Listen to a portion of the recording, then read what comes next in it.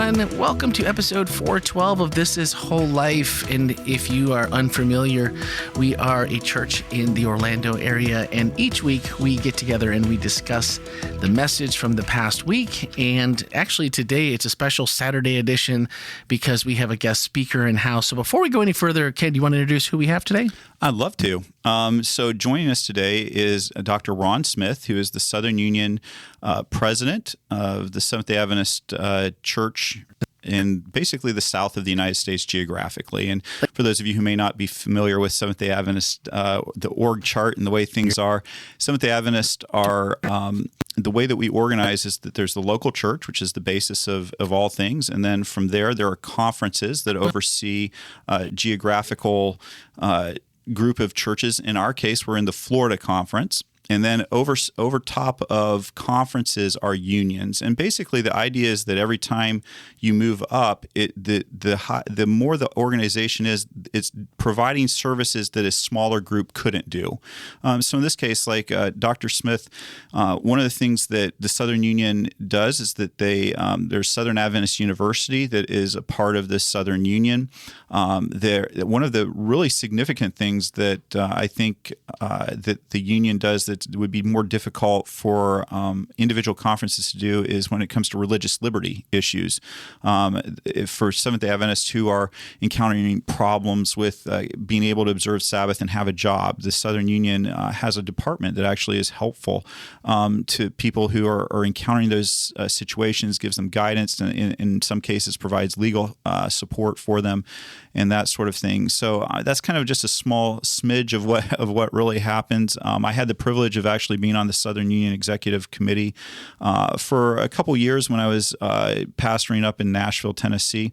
And so I had the chance to get to know Dr. Smith a little bit better in that capacity. And he also spoke at my church in Nashville. And today it's a pleasure to have him back here or I should say have him for the first time at WholeLife Church. I couldn't believe it. It was the first time, and I didn't know you guys worked together before? Well, worked together. I mean, he's been my boss, right? Like the boss of my boss. The boss of the boss. Yeah. And of course, as he indicated, we interfaced as we served together at the Southern Union Executive Committee, which engages in the governance of the geography that we just talked about and the entities that are part of that, as he just described. Obviously, the reason he inadvertently said, "It's nice to have you back," is because he had me already, but not in this pulpit, but in a former pulpit in Nashville. So we became acquainted that way. Oh, okay. So not the first time he's spoken at a Ken-led church, just this church. Right. And that's a great way of saying it was a Ken-led church. Yeah. Extraordinary. I prefer that it was Jesus-led in deference to your sermon today. That's true. We just operate under the presupposition that Jesus is in you. You exhibit it so nicely. I didn't think of it that Did I do an okay job of describing what the Southern Union I think does? so. Is there anything that you want to add to that I should have? No, I think what can be also said to corroborate with what you already ably said, and that is there are 8 conferences under the umbrella of the Southern Union. 8? 8 really? conferences, yes, and it covers the states, of Georgia, North Carolina, South Carolina, Mississippi, Kentucky, North Carolina, South Carolina, Alabama, and Florida. Alabama and Florida. And Tennessee. And Tennessee. And That's Tennessee. right. Yep. Wow. I didn't think. And we have, obviously, we support in terms of partnership. 3 universities in our territory. Yes. Advent Health University is a part of the Southern Union's conglomerate in terms of our partnerships and basically governed through and by Advent Health. Right. Organization. And then Southern Adventist University. Southern Adventist University, What's the third? And the third is Oakwood. Oakwood University. Oakwood University is a North American Division school. However, which is the next step up beyond what Pastor Ken has indicated. Gotcha. So basically, we have the 8 states, 8 conferences, the 3 universities, and obviously we partner with all of our initiatives afoot, and one of the largest, obviously, in the world would be Advent Health. Yeah. And we're very happy to be board officers of that, and the CEO president of Advent Health is a member of our president's council. So we counsel together and we coordinate together all of our initiatives that we trust can responsibly govern the southern hemisphere of the United States as described by Pastor Ken. Very nice. And Ron, isn't the Southern Union one of the largest Yeah, the unions? Southern Union is the largest union in the North American division. Okay. Do you know, speaking of Oakwood, do you know Kirk Nugent by chance? I certainly do. Yes, He's a good guy. I met him for the first time. High technology guy. Yeah. Yes. Yeah. We're going to be doing, we're going to be visiting there, hopefully not too far into the future. Okay. For a little bit of the little collaboration work. So cool. Hey, if you missed last week because it wasn't like a normal podcast sort of, please don't miss it. Oh my word! Yeah, you think people might have missed that? There's been that was a good one. I'm going to say that was right in my top 5 favorite podcasts, if not my favorite that we've done since I've been here. It was so good, and I've seen just by the numbers in the dashboard that the bonus episodes dropped first, and that was his Friday night talk, which was only like 12 minutes. It was very short. Right. And then the Saturday morning for church, which was an amazing. So if you listen to that and you missed the actual podcast with Ken, Melanie, myself, and about 70 or so of the rest of the retreaters that stopped by the King Chapel at Camp Kalakwa to hear us, you're missing important pieces to the story and the background to what he shared during his message. Now you're saying he, but I don't think we've said who he is, and I think I can see Dr. Smith saying who is this person. See, we had our guest join us, and he is a Orlando business owner. Except I shouldn't say just Orlando. It covers most of Florida. And I think he's actually expanded to some other states. I think his name is John now, Rivers, and his restaurant chain is called Four Rivers Barbecue, and just a really great Christian business person. And so he kind of shared with us what it meant to be kind of a ministry first business. And his business, I don't think he kind of got a little, he's like, it's okay if you say it, but it's not, but basically his Four Rivers Barbecue is named the #1 casual eating restaurant in Florida. Wow. Just recently. And so it was really gracious of him to come out, and he just had some really neat insights about what it means to view your business as a ministry first and business second. And clearly he's doing. And one of the other really cool initiatives that he has, Dr. Smith, is that he has a nonprofit that he started called Four Roots that deals with food insecurity. He was talking to us about how much food goes to waste that isn't used, that's just out in the fields and just basically rots on the vine or whatever else.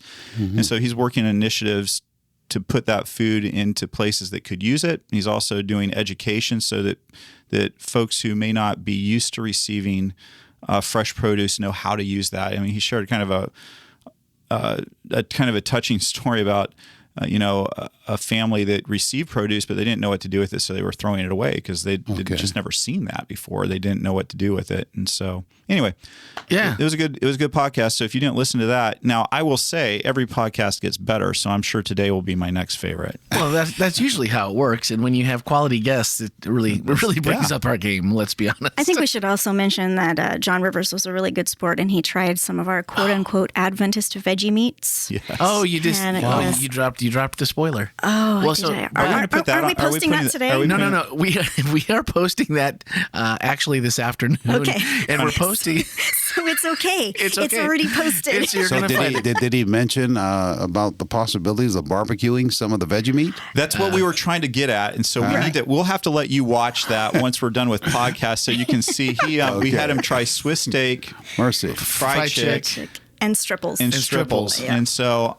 Yeah, we'll give Dr. Smith a sneak preview just so you have it. But for the rest of y'all, you'll have probably seen it by the time this comes out. But it'll be on social media this afternoon, which is Saturday, the 20th. And it just as another promotion, like if you missed the podcast, don't, because this is the personality of the person. It's kind of his fun side, but even his serious side has a fun and energy to it that you really just don't want to miss. And some of the stories and so many people afterwards were like, this was a great podcast. It was a great message, and it really brought together the whole weekend. Also, if you didn't catch this actual sermon we're about to talk about and the church service, Don't Man, miss it. you're missing GCA's orchestra. Of course, you're missing Dr. Smith's message. You're also missing out on Melanie and Rand. I mean, there's just a ton of things that you're missing out on. That's all I'm saying. You should definitely check it out. I think you know. Did I oversell that? Last one? Maybe a little. That's okay. All right.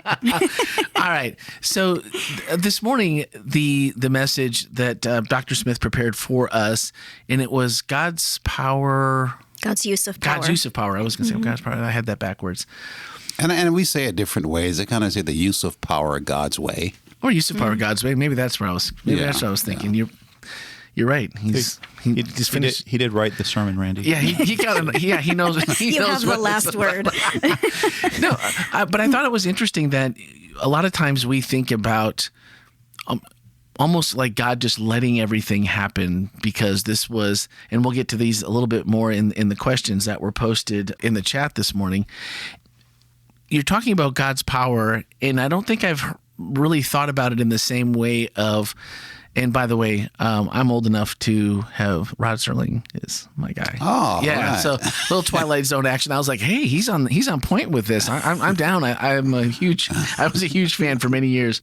But thinking about how that played out, and thinking about that when God has used His power and how powerful He is, and how much less powerful Satan really is being defeated, and yet we give Satan so much power over us so easily, it seems at times. And I thought that the difference in the way you described that happening was a total paradigm shift for the way I've thought about this in the past, and I'm still processing it in my mind. I really thought that you made the difference in how good God is, though, with that power, and how we're so the zeros after the paycheck, and then you kind of put us in that same position and things that we deal with today. That it's easy to poke at the devil and say, yeah, he's bad, he does all this, and then you start putting all of our favorite little things in that same ranking.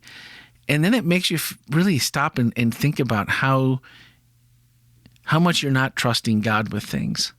And that was, to me, that was the really powerful part of what you said, was just that if that picture doesn't make you love Jesus a little bit more and want to give Him other things that you've maybe been thinking about, struggling with, I think that was a great invitation. I don't know if that was exactly where you were thinking as you were preparing the message, but that's what I took out of it. Certainly, the concept that you mentioned just now, I embraced in my quest to convey the word this morning. We gain resources as we live. We harness, we amass stuff as we live.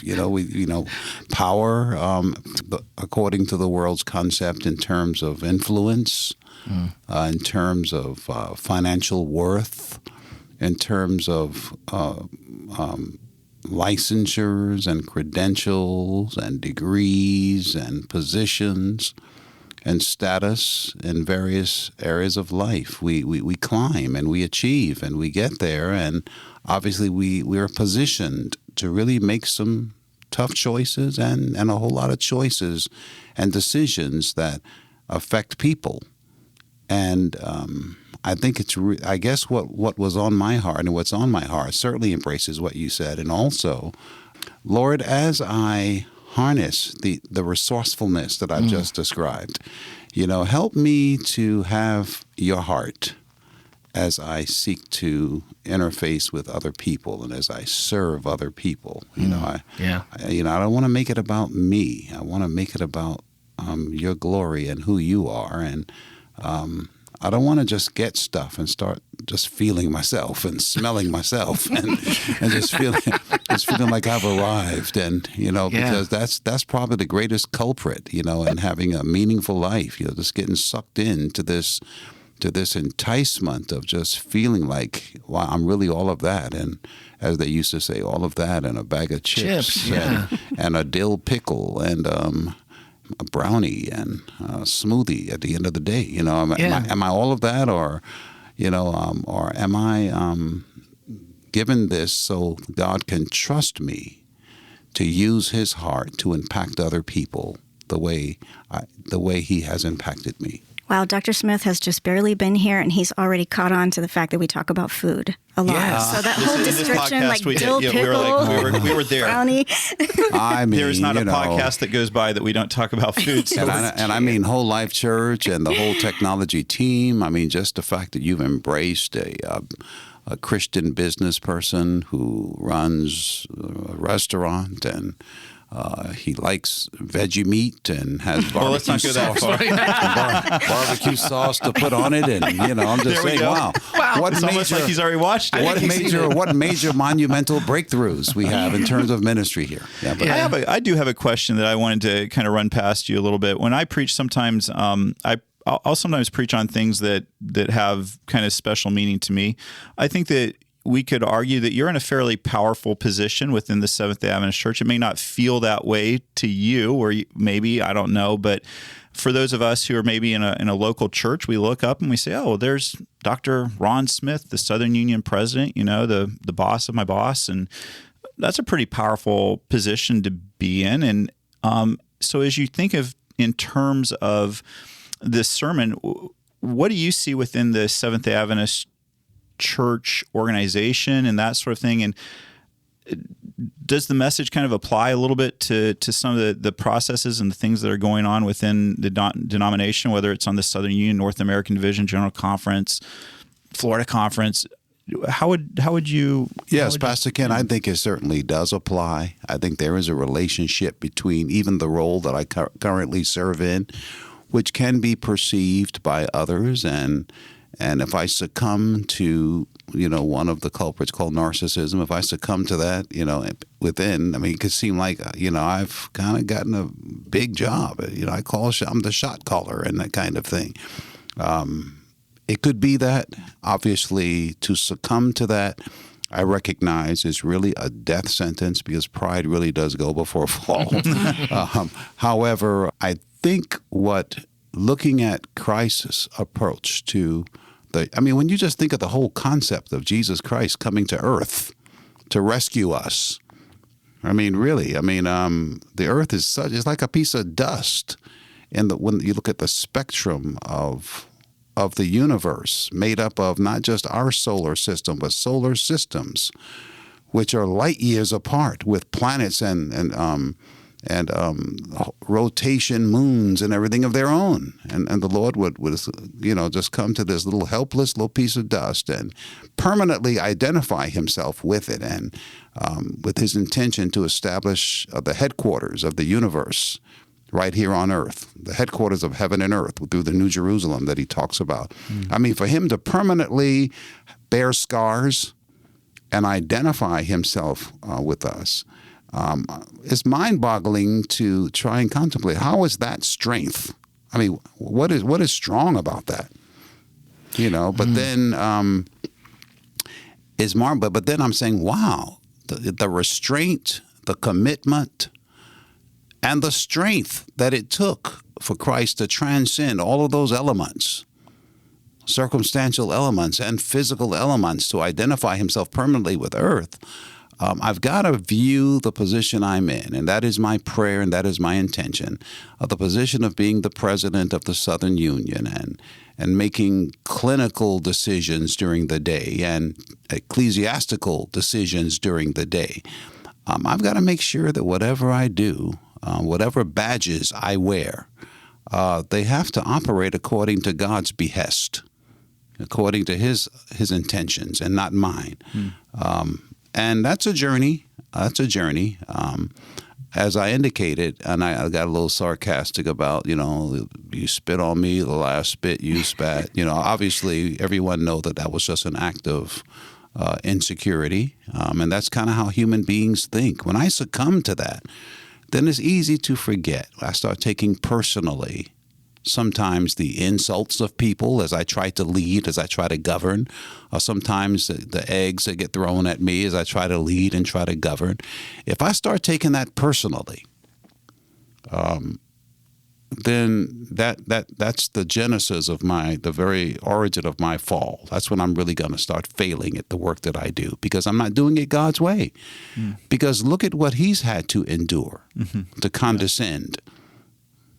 And of course, I'm not putting myself on the status of Jesus. I'm just doing a little typology there. My little puny little station where God has allowed me to serve people. If I don't view it as that, as an opportunity to serve people and help people, the way he serves and helps me as an exhibition of his strength and his muscles, then I missed the whole point of salvation, because the whole cross experiment, the showcasing of that is basically designed for us to see, God's amazing love. And his and there's a word I'm looking for: unconditional love. In spite of how we treat him, in spite of what the circumstances are, I'm going for it. I'm giving my all, because my one intention is to serve you. And service in this sense means I've got to redeem you from a life of separation from what's good, and embrace you into everything that is good. I really liked what you said earlier. It resonated with me about, people who have power. It goes against your natural instinct to give it away. And thinking about Jesus and thinking about the idea of self-limiting omnipotence, the kenosis, this self-emptying, Jesus had power to lay down. And I was really curious as I was listening to you speak, what about people that don't have any power to lay down? What about people who are voiceless or marginalized, or who don't have the kinds of resources or degrees or whatever that might give them power? Would you have preached this same sermon? Probably I would have, yes, because I think at every sphere, at every level of life, if we are on Skid Row, I might have a hidden bottle of booze that maybe I need to try and share with somebody. And if I can be selfish and take it all myself and try to, confiscate whatever is coming the way of someone, that's at every level of life. I think, two children, two little babies, below toddlerhood, if they're learning how to find their way and play, and you put two little babies on the floor and a toy in the middle, then the human instincts begin to showcase and manifest themselves. That's true. I guess power is relative. Yeah, everybody has power. And it really is. It's relative, and you said it so well just now. And it's a very good question. I really think that at every level of life that we find ourselves, this is something that we have to manage.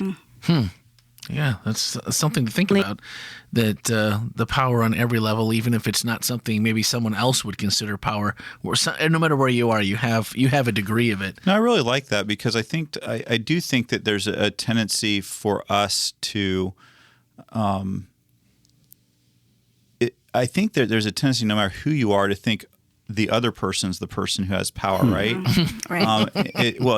Or the power you want. Yeah, well, I'm just the lead pastor at WholeLife. I'm just Ken. There's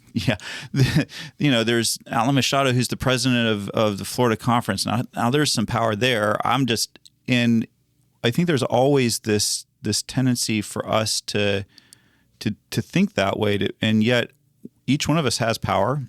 And I really appreciate you saying that. I think that I love the idea that you would preach that no matter where you're at, because I think we all do. I think that I think that's such a good point. And I know you have other questions, but if I can just make another comment on this, Yeah. This is a great conversation. Sometimes for example, we don't know that people have the badges, if I can use that nomenclature, the badges of surviving sufferings. We see them smiling, we see them perfumed up, we see them dressed neatly, and we see them teaching a beautiful Sabbath school class or a Bible class or Sunday school class or whatever. And we just kind of conclude, they've got it together. They've got it together. Yeah. A lady came to me the other day, a senior lady who, dealt with a number of health issues, and she says, it's very difficult for you to comprehend what a person like me and others around you, while you're in your ivory tower, she says, while you're in your ivory tower, there are people who are sick, there are people who are struggling, there are people who are dying.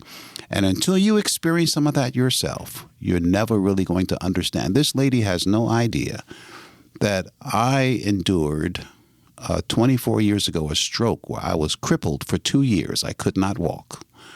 She has no idea that I, on the same day, received 2 cancer diagnoses, which, by the way, they're healed now, okay? But during COVID, I was diagnosed with cancer, 2 different cancers. Had to have surgery, had to go through radiation and all of that. And yet I'm an old man, as I was preaching about, with dye in my hair, an old man. And, I'm still running 6-7 miles a day. Basically, I guess people can look at that and they look at a position and they look at, and I'm kind of overdressed today, they look at a black suit and a white shirt and a tie, and they just conclude he's kind of got it made. Or maybe they can mention maybe a credential that I have or so, and they can just conclude that he one day what goes up must come down. They kind of, but they have no idea that, hey, each of us is down sometimes. I'm not. I didn't come here today to preach about my cancer that was healed. One day I will. If Pastor Ken ever invites me back and wants to talk about the power of healing or something, I might even figure that out. I might even talk about it. But you get the point I'm trying to make. We ascribe status and circumstantial ambiance to a person, not really knowing what they've endured and what they go through. Mm-hmm. Because the reality is, once we join this journey called life, meaning when we are born and we live on this planet, we will suffer ups and downs, trials and tribulations, hardships and blessings. We'll just experience it all. And God doesn't hold us responsible for our feelings, but he does hold us responsible for what we do with our feelings. So we're going to go through stuff.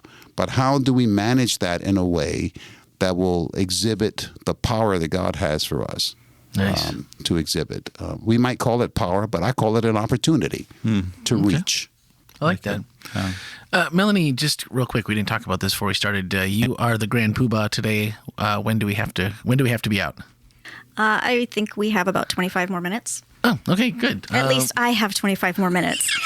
I might need to slip out. Maybe let's try to go ahead and keep it at like 15 or 10. else. 15 to 15-ish, so that Dr. Smith has some time to catch his breath. So he doesn't have to run downstairs and just immediately hit the stage. Yeah. I got you. As always, we want to get to the questions that we had, and we had a conversation. Anonymous, too, it's good to see you back in the chat. I think it's been a podcast episode or 2 since we had a question. And they asked, why was Lucifer cast down to earth when God knew we were here? And he knew how evil Satan was. Couldn't Satan be banished to some uninhabited place? That's a good question. I think that's one of those ones, right, that you just kind of... We can all speculate on it, right? We can all speculate. I think within my framework of thinking about those things, for me, there's some literary things going on with that phrase, but there's also the idea of free will that I believe that God endowed humanity with, and He gave us the opportunity to make some decisions. If we wanted to make them. I don't know if anybody else wants to weigh in. Yes, on that. And as I weigh along and corroborating with what Pastor Kidd has indicated, there are other worlds, there are other planets, and they're referenced in a lot of literature as unfallen worlds. And in other parts of it, everyone doesn't read what I read. Certain authors like Ellen G. White, but I read what we often call through the gift of prophecy. I'm able to pick up certain perspectives, and it's very clear that when Satan was cast out, there are other doors he knocked on other than the door of planet Earth. But we are the planet that allowed him in. Okay, through that, the whole saga of the tree and knowledge of good and evil. Oh, hold right there, because Yes. that's the next question, and so maybe this will just roll right into what you're saying. Okay. Mama Doc said Adam and Eve chose the wrong side, and Satan was on that side. Remember, Satan left heaven well before Adam and Eve left paradise. We should trust the power of God and rejoice in the deep love of God. They distrusted God and were beguiled. That keeps happening in these last days. So would you concur with that? With Okay. where you were just talking about the garden and the tree? Yes. And the question part of that is, there was some preamble, but what was the question part of that? Well, it was really just that we should be trusting in the power, no matter whether or not Satan could have been banished to some other place. Sure. We should be trusting that God had the a plan. evidence that I have from reading the Bible, and as I am framing in this context, the gift of prophecy, as God has conveyed data through literature and other writers, is very clear that we are not the only planet that got canvassed to look at Satan's way. There were other planets that did, and obviously the test was there for every creation, for every part of creation to experience, and we didn't pass that test. We fell short with that test, and the implication is that every generation now we are canvassed again. Daily we're canvassed by Satan to go right or to go left, to go the wrong way or to go the right way, and we need to choose God's way.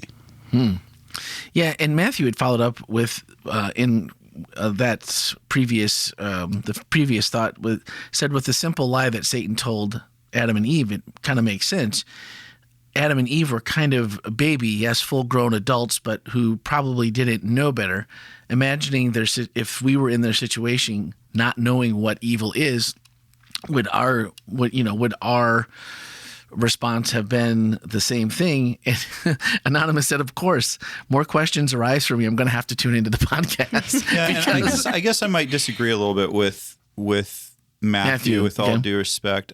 I think Adam and Eve knew good and well what they were doing. I don't think it was just some simple, because I serve a God who's incredibly fair. And I don't think that God allows any test to come in front of us that we don't have the possibility of passing. That God doesn't just go, well, too bad for you, and I just don't see that in my reading of the Bible, talking about the authors, that I believe Adam and Eve knew exactly what they were choosing, and that's why Satan becomes the prince of this world, because they basically say, we pick your way we pick selfishness over God's love, which the way of love. We choose to live for ourselves, to do what's in my best interest, versus doing what God says is for the collective good and for the good of all. And so I think that sometimes we take away the agency that Adam and Eve had by being like, well, they were just really well tricked. I don't know. I really truly believe God laid it out. He said, don't eat this fruit. And the day that you do, you will die. Don't do it. And while the Bible doesn't go into a deeper discussion, I think God had a much deeper discussion with them. I think they knew exactly what was going on in the universe. I think they knew what was happening with Lucifer. And I think they wanted to know what the difference between good and evil was. I think that they thought, you know what, maybe God is holding out on us. Maybe it is better just to do what I want to do. And they found out, and we've all found out, exactly what happens when you go ahead and say, me first.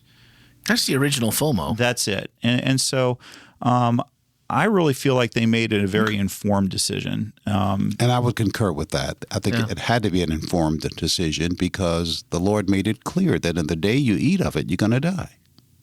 You shall surely die. That's what he said. Yeah.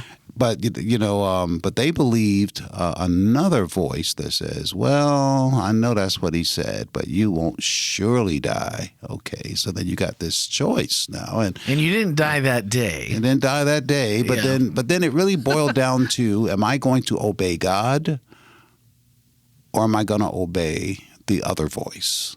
Yeah, I can see it though. Same question today. No, it's true, and I can see it. Although I feel like today, because we're on the other side of it, we should have a much more well-informed position.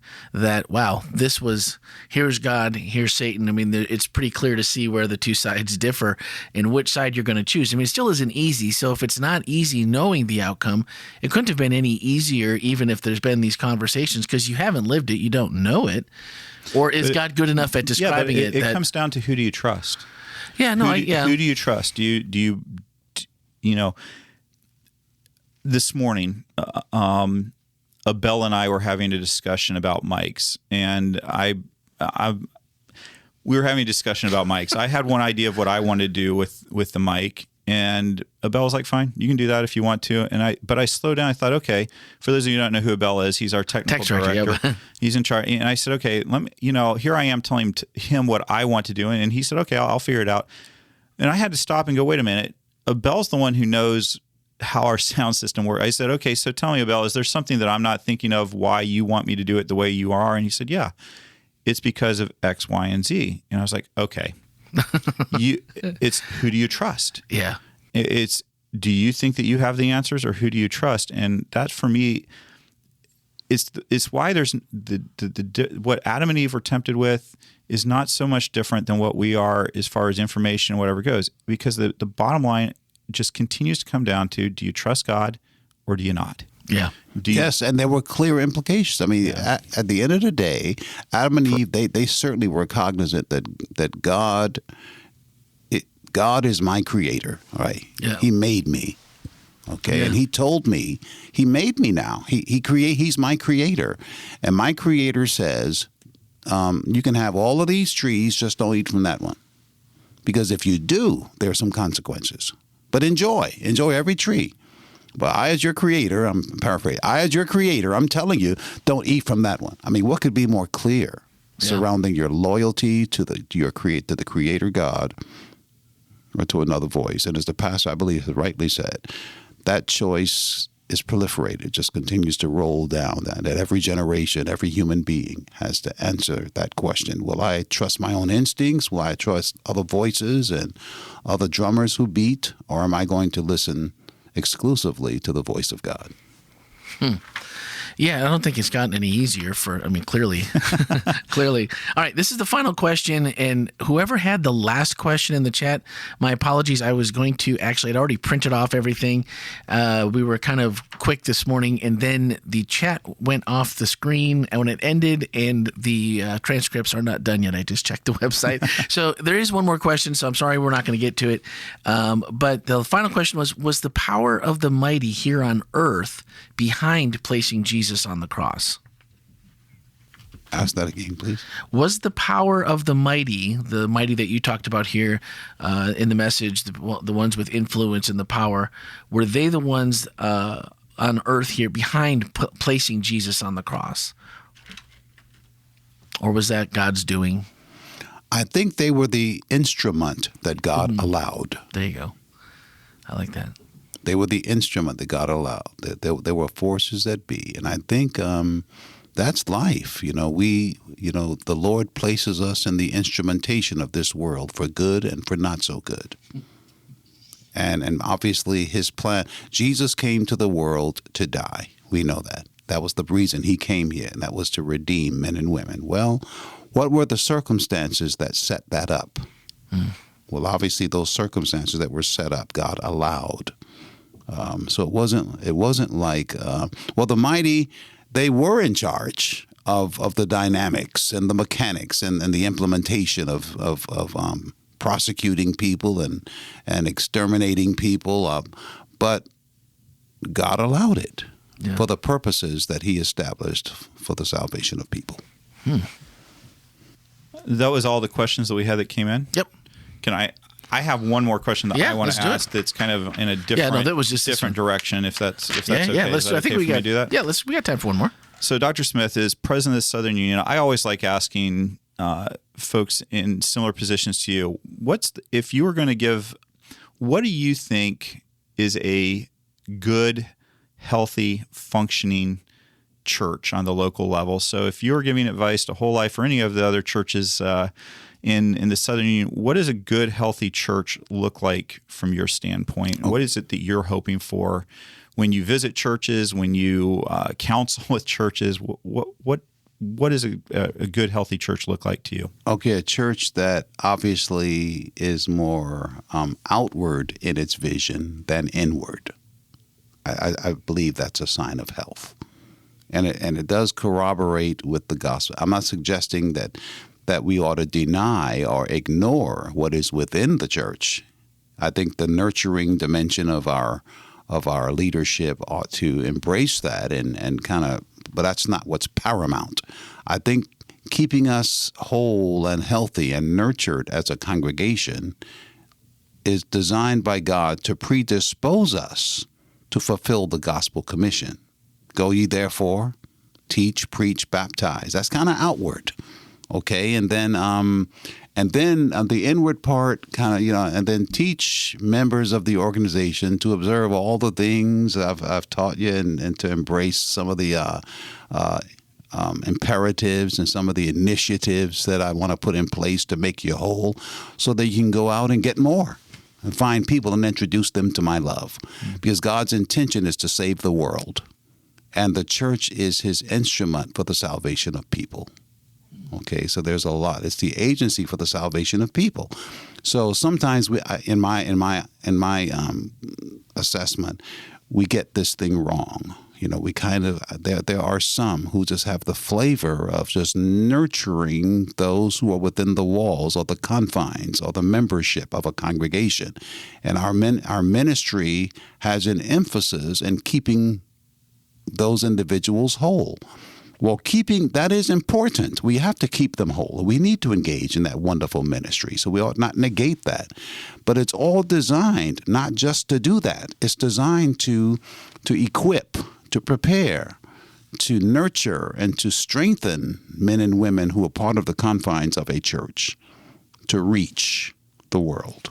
And I think that's God's intention. So a healthy church is a church that has more of a focus that's outward, but inward enough to gird up our loins, as it were, to get the resourcefulness from heaven to execute the charge of the gospel commission. Thank you.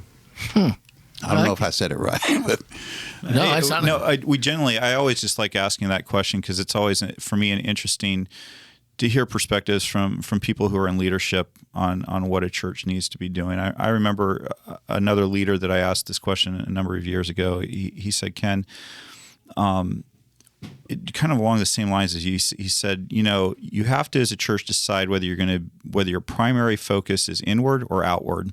He said most churches want to say it's both. They're like, it's equal. He said, but nothing in life is ever equal. He said, basically, if you say it's equal, you'll wind up being inward focused, because that's where our natural tendency takes us, is to care about what's happening for me in right now. He said, so you have to very intentionally choose that your primary focus, again, not forgetting the inward, but your outward has to be, you have to make that choice to be outward focused. So I really appreciated hearing that. Well, thank you. And if I said it another way, I just look at the eagle that nurtures, the little ones, and basically, once they reach a little point where they might be able to make it on their own, that nest gets stirred, and they have to fly. They have to make it. And the goal is give them what's needed, not just for their survival, but so they can go and do likewise and just kind of proliferate that. And I think that's God's idea of the church. Sometimes I think, as a pastor, I've gotten that thing kind of twisted and mixed up. There's so many crying needs within the church. Yeah. And if we're not careful, we can make that the end all of our ministry, which is why eventually churches die. Mm-hmm. Because those people die. They go away, they move away, they get sick, and they can't be a part. And, so if our whole ministry is nurture within, I think that's important, the nurturing and the within, but it's only designed to predispose people to go out and to reach more with the love of Jesus. Love it. That's really interesting. I think we're going to have to ponder this idea of stirring the nest a little bit more. Yeah. Well, I think that's... Is that like throwing people out of an airplane? Like kicking them out of the nest? There's a little insider there that But we'll have to talk about that as a staff, if we're stirring the nest enough. Yeah. I like that. I like that metaphor a lot. Carolina Dave, if you have comments, you know how to reach us. So Dr. Smith, thank you so much, not only for your message and for being here to preach for us today, but being gracious enough to come on the podcast. I know it's a lot. We put this to him last minute, so he was a super good sport, because I told him he did not. I said, you do not have to do this, and he was kind enough to do this. Heck, mega fun. Mega fun. I like it. But we know it's a lot to do, not only two, but then one of the I started to get real colloquial. I'll say, heck of fun. I mean, mega fun. I mean, being a part of this, when I was invited to be a part, I said, whoa, sure. This is how we reach men and women who may not have been a part of the gathered fraternity. Absolutely. This is an amazing ministry, and I just tilt my hat if I could just give my personal final word. Yeah, absolutely. To those who are engaged in webcasting and podcasting and technology. I mean, wow, what an amazing ministry. I mean, it's extraordinary, and I just tilt my hat to it and just say, kudos to you. Keep on keeping on, because the gospel is going forward because of this type of thing, these podcasts. So far be it from me to turn down the opportunity to participate when something so amazing is going on. Thank you for what you do. Oh, thank you. And we appreciate you again, just taking that time, filling your Sabbath morning all the way to the top. So I didn't also have time to write down. What's next? Oh, next Small week. Communities next week. Lunch. Yeah. Yes. So we're not going to tease anymore, right? We're just going to be I think we should leave it there. I think we should leave it there. Tune in and be there. You don't want to miss out on this, though. This is going to be a really fun. I mean, Sabbath. you did. I mean, Pastor, you did. You did a Alfred Hitchcock maneuver this morning, man. I mean, you just gave a little, just tip of the iceberg. You touched the tip of our tongues with that, and Yeah, well, you may not know this, but I came from a broadcasting background. We called it at the end of, if you ever listen to talk radio before you go to, or any radio for that matter, really, before you go to commercial, you always do a little tease that will make the person stay through the commercial and don't want to miss what's coming out. One of the best people I ever heard doing teases in radio is Colin Cowherd, who's sports talk guy, and he's in my mind he's the king of teases. So I was just trying to do a little tease. And you did it well. Okay. So you don't want to miss that. There's some really cool things, and I would just also say, if you're listening to the podcast, and I know that a lot of our online family that watches and hangs out in the chat with us every week, you guys listen to the podcast. And if you're not local, this includes you.